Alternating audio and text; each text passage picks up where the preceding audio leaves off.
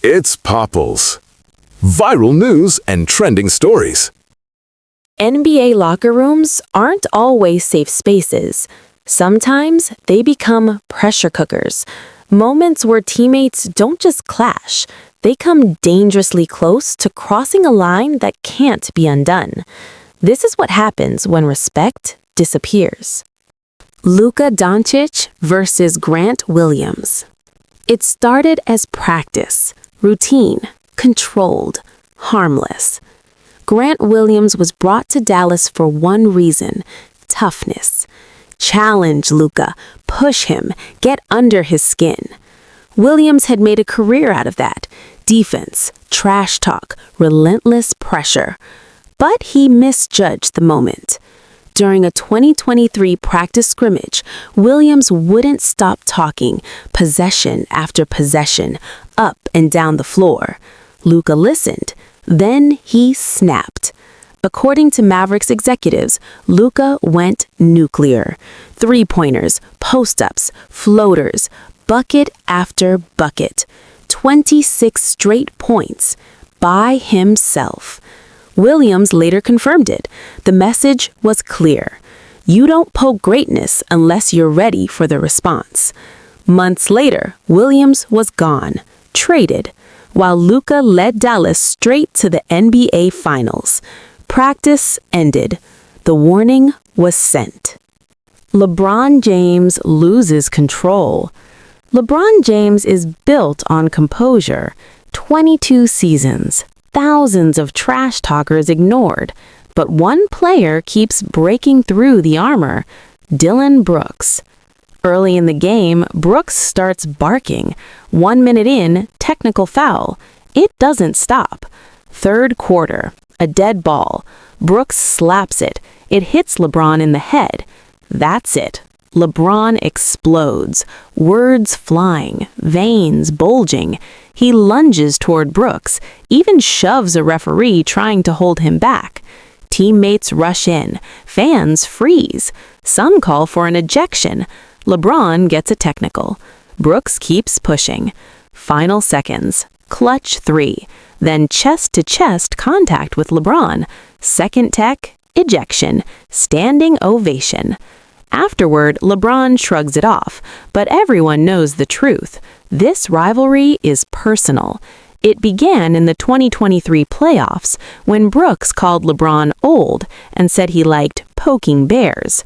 LeBron responded by ending Memphis's season and reminding Brooks exactly who the king is. When trash talk turns deadly. But words are nothing compared to what happened in Washington. Gilbert Arenas, Javaris Crittenton. This wasn't basketball drama. This was real. A card game on a team flight. Money owed. Egos bruised. Trash talk turned into threats. I play with guns. So do I. 2 days later, the locker room became a crime scene waiting to happen. Arenas brought 4 guns to practice, placed them near Crittenton's locker. A note read, "Pick one." Crittenton didn't laugh. He pulled out his own loaded weapon, cocked it, aimed it. Teammates ran. Doors slammed shut. Seconds felt like hours. One voice finally calmed it down. No shots fired. But the damage was permanent. Both players were suspended. Millions lost. Careers derailed. The NBA had crossed a line it could never erase. These moments remind us, basketball is emotional. Egos are fragile. And when competition turns personal, even legends can lose control. The consequences came quickly. Both players pleaded guilty to misdemeanor gun charges. Gilbert Arenas served 30 days in a halfway house, 2 years of probation, community service. Javaris Crittenton received 1 year of probation. But this story didn't end in a courtroom. Arenas eventually rebuilt his life.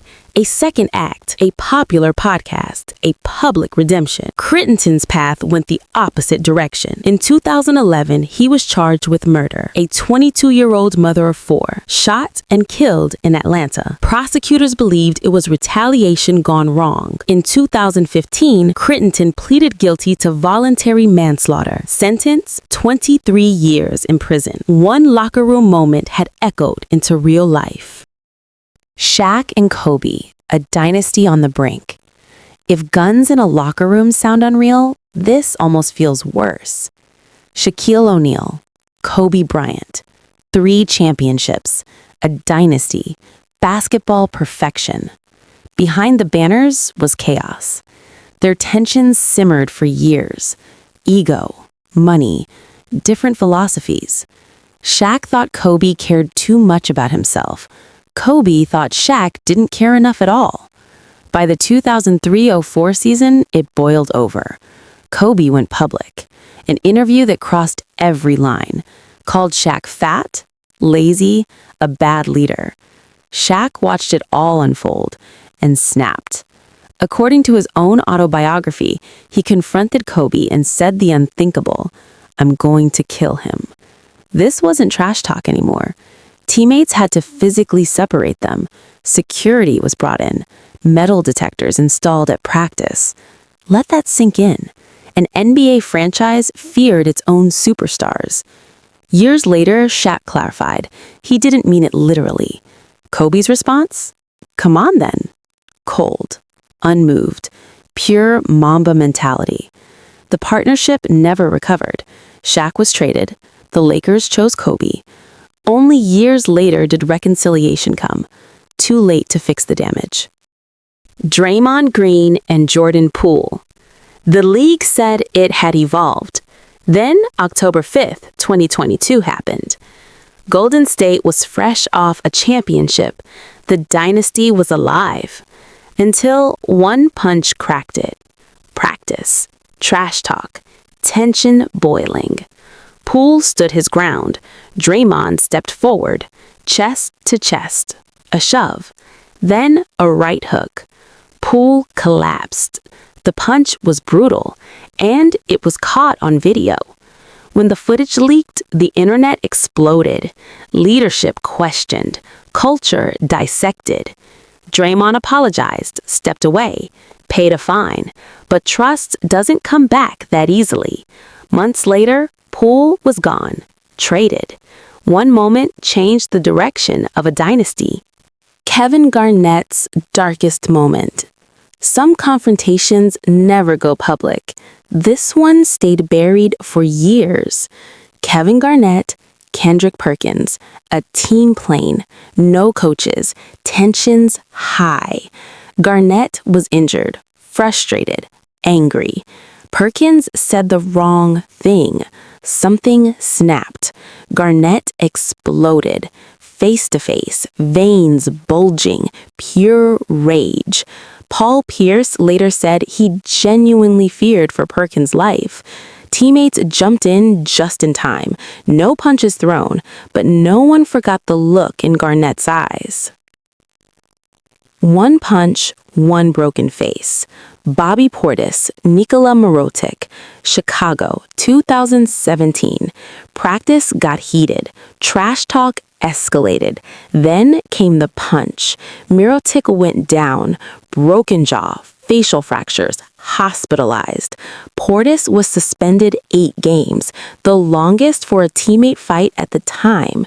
The team never recovered. Portis later apologized, learned, rebuilt his image. Mirotic left the NBA for Europe. One swing, 2 careers changed. Jimmy Butler's public execution. Violence isn't always physical. Sometimes it's psychological. Jimmy Butler walked into Timberwolves practice with a mission and tore the place apart. Third-string players, starters embarrassed. Butler yelled at teammates, coaches, even the GM, "You need me." Everyone heard it. The message was brutal and public. He was traded soon after. The damage lingered. Pressure never leaves. Even now, playoff intensity still sparks friction. Russell Westbrook, Aaron Gordon. A locker room argument, high stakes, high emotions. No punches, but headlines spread fast. The line between passion and chaos is thin. Kobe Bryant, before the legend, before the rings, before the Mamba, there was a teenager. High school practice, a missed free throw, and Kobe snapped. He chased a teammate across campus, screaming, furious. Coaches feared the worst. Nothing happened, but the warning signs were always there. Competition fuels greatness, but when it turns personal, it can destroy everything in its path. And in the NBA, even teammates aren't always safe.